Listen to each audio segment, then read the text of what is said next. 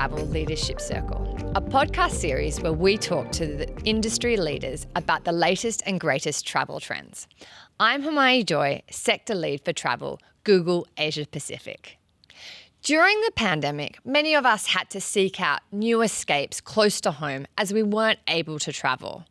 Having tasted such conveniences, such as the weekend staycation, will quick getaways close to home endure even once travel restrictions ease? And also, how will experiences impact the type of trips and experiences people are now taking on their travel journeys? Today, I had the pleasure of speaking to Georgina Koh, Director of Digital and Content Marketing at Singapore Tourism Board. Georgina looks after STB's always-on global and domestic marketing strategy. Georgina, welcome to Think Travel Podcast. It's an absolute pleasure to have you here.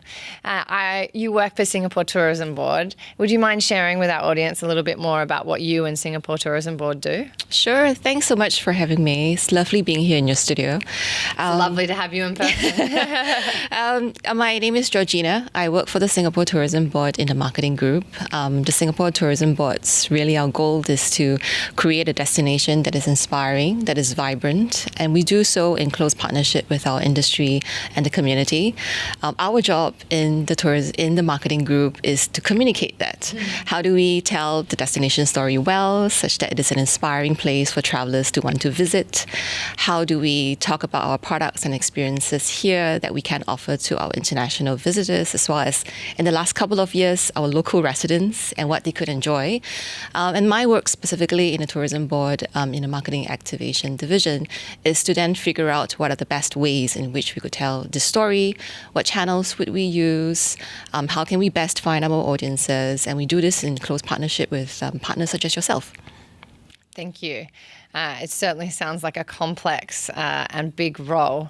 I don't envy you, but you have a great destination to share with. We have a great team, and we have a great product to sell, we hope. It's true. Yeah. I'm a long-term Singaporean, 8 years here, and so big fan, obviously, of the destination and the work you guys do. So today we wanted to talk about rediscovering the local escapes and how the pandemic really influenced and changed travel. And one of the things during the pandemic that happened was that we couldn't really travel at all, especially in Singapore. And we saw a huge shift in terms of people's desire to actually go out and experience nature-based destinations and also the staycation. I was a fan of that. I never thought I would do a staycation, but you have shifted my mind forever. I actually a huge fan, having kids, and did a number, I think a 5 or 6 during the pandemic, just to, escape from my home.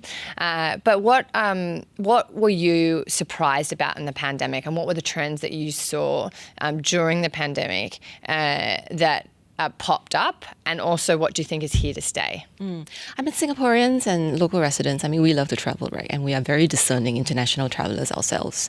And during the pandemic, of course, with lockdowns and with restriction of movements, I think everybody was just really looking for new ways to connect with ourselves, connect with our families, our friends, and just new ways of how we would experience our backyard, so to speak. And we definitely saw a lot of Singaporeans and local residents do so, right? I'm guilty of baking bread or attempting to sourdough. Do so, yes. And, doing yoga in front of the living room and contemplating buying a bicycle, I feel like we're very similar people. Yes. But we are definitely not alone, right? And a lot of residents here and Singaporeans definitely sought to find ways of how we could get out there, experience the country, the city from, the experiences that we have, the classes that we can go to make bread, or even, visiting some of our nature parks. And we have many different park connectors, and also, the different staycation products, as you've mentioned, that you have gone to. And I think through the process, we launched the Singapore Rediscovers campaign, which is really the vehicle to try and encourage Singaporeans, people who live here, to go out and experience Singapore in new ways that you have never really tried to in the past, right? Or you may not necessarily have imagined yourself to do in the past. And as we were developing the campaign, I think there was no lack of offerings that we could feature. In fact, maybe, we ended up having to be more discerning, but definitely through the process, what we saw was that there was a lot of new, unique experiences that our stakeholders have developed across, different product categories that caters to consumers of different passion points, right? You have staycation products that it's not just the room itself, right? But you could pitch a tent for the kids. Yeah. They have a lovely canopy in the room that really helps to alleviate the entire family experience in the hotels. We have got the Grand Hyatt, for example, partnered with a local activewear Kira that actually, incorporates some of these product offerings into the staycation in Hyatt, as well as yoga in the grounds in the hotels. I think these are some of the examples of how we saw the tourism businesses really developing different types of products. I was personally surprised also at how innovative the Singaporean community became around virtual experiences. I did a number of chocolate tastings, and now I'm a huge fan of a couple of brands out there, and learnt so much as well. I was properly engaged. Also, cocktail making, that became a bit of a fad. We had a couple of those, yes, and that was fun. Mm-hmm. And then and then also just getting out there. I mean, as an expat, I came to Singapore. I travelled a lot. I'd never spent so much time in Singapore. And so I really got to know the city, be it the zoo or the parks, the many parks. I have 3 kids, so we spent a lot of time in parks. But it was incredible to rediscover, or actually discover for me, the nation. In terms of what surprised you the most in the pandemic, in terms of the trends, is there any one trend or 2 trends that you can talk to that you found that domestic tourism lent itself to or helped prop up tourism? Yeah, I think that is also then, just going beyond the notion of what tourism really is. It's really about the experience of the city itself, not so much the attractions or the hotels that you stay in or the tours that you go for, but it's really about, what that holistic experience is when you are in that place. And for us, during the pandemic where we only had our backyard to discover, I think, both myself and like what you've just said, it was really a huge range of experiences and products that you then got to experience that you may not necessarily have considered to be, I guess, a tourism product. Yes. Yeah. And I think that is going to be almost like the industry has expanded now. Yeah, exactly. And I think even pre-pandemic, we have gone beyond, just being bucket list travelers, right? It's not a checklist that you're checking off, but really how can your travel to a place be more fulfilling? How can you connect better with the local communities, the local experiences? And I think that, during the entire pandemic phase where Singapore residents was really, exploring our own backyard, that really helped to basically expand what they saw as what is tourism. Yeah, I couldn't agree more. In terms of what, if I think of the pandemic, I think of borders being shut and us spending a lot of time either virtual or around doing experiences. And I'm just curious, now with the easing of borders, the rebounding of travel, do you think that the domestic traveller and the domestic desire for experiences will remain true? Are you still seeing that demand? And have you seen any change in behaviour of the international traveller when they come here versus the pandemic before, in terms of how they want to experience at your destination? I mean, we started during the pandemic with the Singapore Rediscovers campaign, right? That was really more about, raising awareness of local offerings and experiences. And then in December of the 2020, we launched Singapore Rediscovers vouchers, which is really then that catalyst or that push, giving you $100 credit to Singaporeans to really go out there and support the tourism businesses, your attractions, your hotels, and your tours. And I think with these different initiatives that we have done, the awareness level amongst locals in the products that they can actually experience here within Singapore has definitely increased. And I think that organically they are already yearning for, looking out for new differentiated offerings that they can go to in the weekends and their friends, just connecting with their loved ones. And I think that we can continue to see that happening. I mean, even now, there are so many different experiences that have opened up, gin tasting in Tanglin, with just a blend of not just the gin, but also, the story behind how they have developed it, as well as, pairing with local chefs, with the gins. And I think these are some of the examples and how, Singaporeans are also going to be demanding more.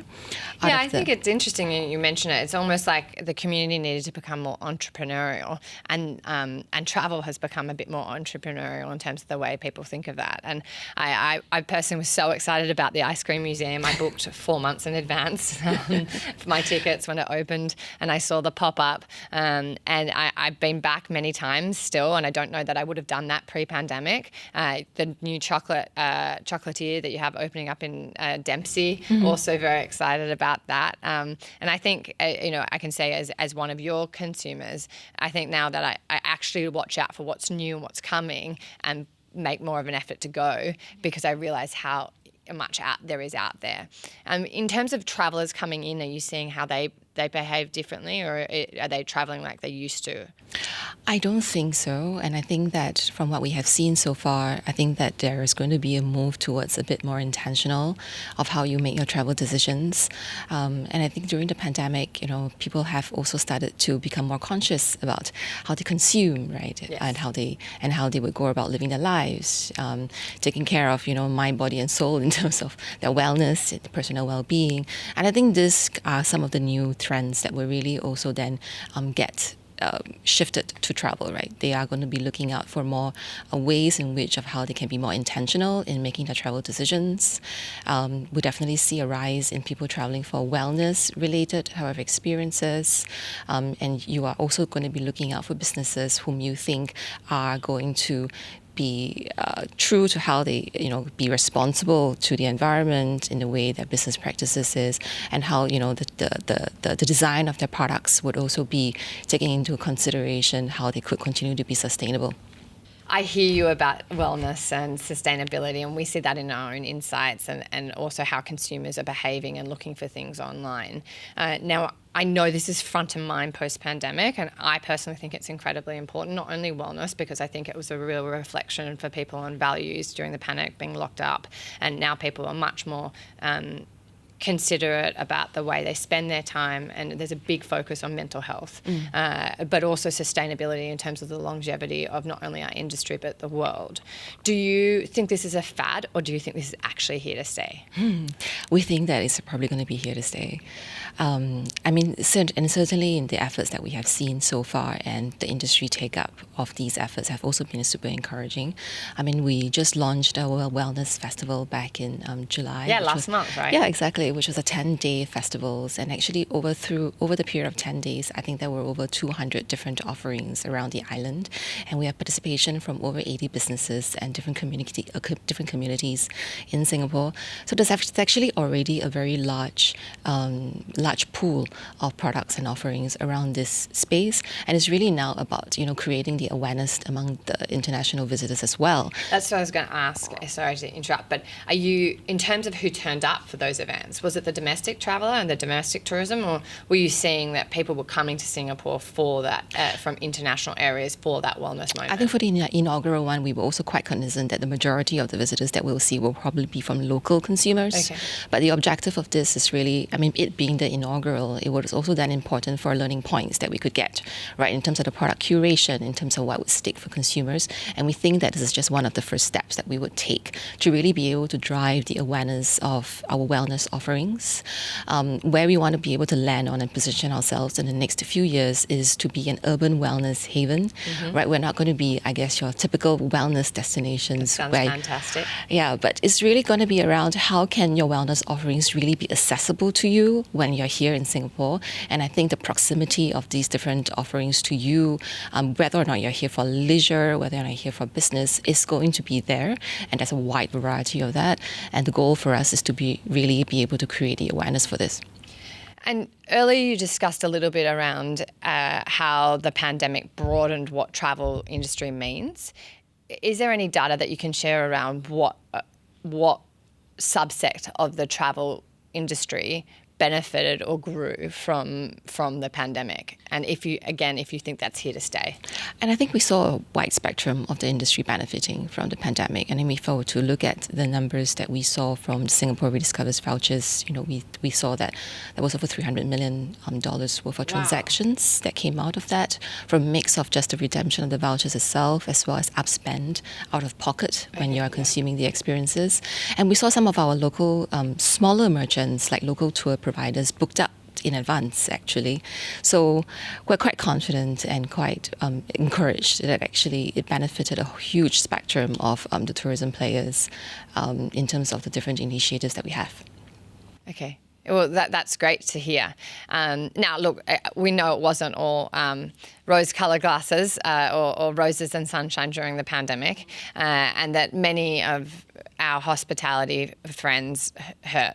Although I do congratulate the industry, in particular in Singapore, in terms of the innovation that came, whether it's from dining and having some amazing meals at home where you would normally get a restaurant booking, or the virtual experiences that they created, or the new economies that have come. But, obviously we bled. And so in terms of how we make that up, what is the strategy for tourism for Singapore? You've touched on wellness, but also what is the advice in terms of how we can ramp back into pre-COVID levels and really boost the travel economy as such? I mean, in terms of returning to pre-COVID levels, I'm sure you guys will know better too with your travel insights, but it's probably not going to happen in the next couple of years, right? We think that it's going to be at least 3-4 years out. I think in the first half of the year, we saw 1.5 million visitors, which is, but it's still a fraction of what we saw, right? What did you see previously? Like, what were the numbers previously? I mean, currently now at 1.5, it's definitely a lot more than what we have saw in last year. And this year, we predict that there will be about 4 to 6 million visitors here by the end of the year. But even as the international visitors are returning, like you say, they're not definitely returning the same levels pre-COVID. And so what we have done is we have basically earmarked about $500 million in terms of different types of support that we will be providing to the local businesses. First, in two ways. One is really to be able to help them build up capabilities and also help them to develop new products and innovations, such that when tourism does rebound to pre-COVID levels, they will definitely have a lot more compelling, innovative, and creative offerings that we can provide to international visitors. And the second part of the resources that we have set aside is really in terms of how we will continue to market the destination to international visitors to recapture some of these demands in the next few years. Well, it certainly sounds like you're lent in, which is no surprise from Singapore Tourism Board or the government. So it's great to see the support that you're giving, the community and the businesses to sort of bump things up. Now, as we close in our podcast, I was just wondering if you could share a few top tips with the businesses in Singapore in terms of perhaps how to best utilize STB or and drive traffic. Do you have anything you can share around that? I'm putting you on the spot here. I mean, I think we have talked a lot about how consumer preferences and travel will be looked at in a different ways, right? We have got new demands for travel. We're going to be more discerning.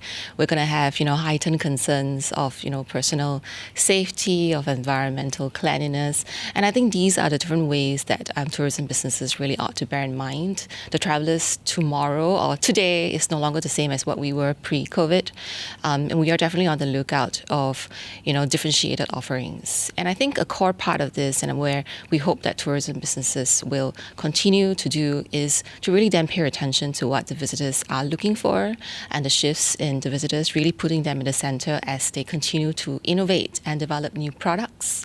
I think the experience will be the differentiator for them. As we've also talked about, the definition of what is travel has changed as well. It's not just checking off the checklist, but really about being purposeful, intentional, and fulfilling in terms of how you spend your time, be it at home or be it when you visit a destination overseas, and how do tourism businesses respond to that, right? How can we help the visitors who come and enjoy the products get to learn a lot more about it, the story behind it, the people behind it, get connected to how you have gone about developing it, get connected to how you would tell the story for both yourself as well as the local community around you. And I think that's where we continue to encourage our businesses to think about as they create new products and offerings. So it's really about putting that new traveller front and centre and using what they know about their customer to make sure that it's front and centre of their communications to draw them in. Is that and right? I think, yeah, exactly. And I think one of the things that we would also then, we have always also been aware about is the job that we do in trying to create a vibrant destination here actually benefits not just travelers, but also local residents alike, right? So as the businesses create new products, and if they could put the visitors at the center, it will really not just appeal to international visitors as well, right? But for local demand, local visitors, local residents who are looking for such differentiated products.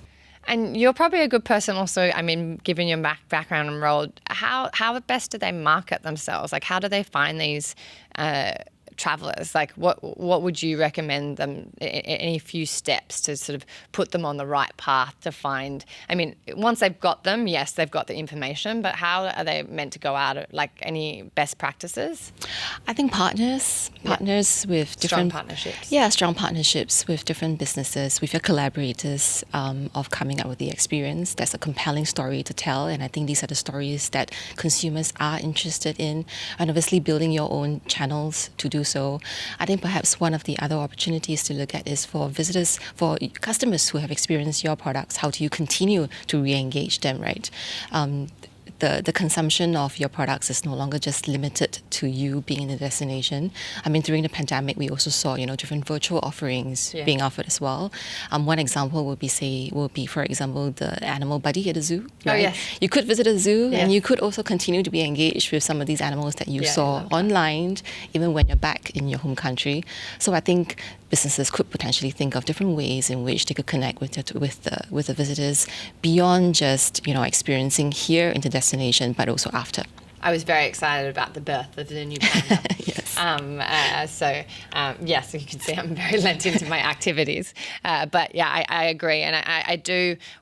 One thing we see a lot in our data is that digital uptake is very high. Are you seeing that the same from your international travellers as well as your domestic, or are you seeing them engage with the industry differently? I mean, definitely digital is a key means to that. I mean, obviously we'll see it's always a good mix, right? But it has definitely shifted a lot to digital. I mean, digital consumption went off the roof in COVID, and we continue to see this today, right? Just because it has very much become part of your habit. It is where you go to for information, it's where you go to for news, it's where you go to for recommendations on what to do over the weekend. And I think we continue to see this growing, and actually across a wide spectrum of consumers, right? Not just the more savvy, but pre-COVID less savvy has also now become very digitally savvy in how they would uncover some of this information. So absolutely a key channel that we should definitely have our businesses continue to invest in new ways to do so. Yeah, I was shocked when my mum invited me to the house party during the pandemic. Yes. I didn't quite, I thought it must be my mistake, but she did. So I have seen how digital, they call it that, I'm not sure that some of our audience would appreciate, but the greying generation has really adopted for travel digital. For sure, yeah. My mum, again, not sure she'll be thrilled that I'm referring to her, but she now actually books her flights and multiple hotels from digital, which I'm really surprised, because previously she would never have done that before. And I feel that the customer and what we're seeing in our insights is getting much more comfortable making the bigger transactions as well, because of how seamless things come. And I've noticed in Singapore that there are a number of restaurants and other places that actually no longer take cash, and it will say, credit only, or a pay now, or pay later, or but some type of digital payment. Exactly. And that's quite interesting. I think where Singapore is so advanced and has really lent in. So congratulations in terms of putting those foundations in place, because the pandemic hasn't been easy, least of all for Singapore Tourism Board or the community. But I think phenomenal foundations in terms of recovery and taking the right steps. So I think it's really just about, continue to stay focused and how we will help the industry and the community. And thanks so much for those encouraging words. Oh, no, I really believe it. My pleasure. And thank you so much for spending time with us to discuss and share what you've been doing. It's my pleasure. And your insights. And I look forward to chatting to you soon. Thank you.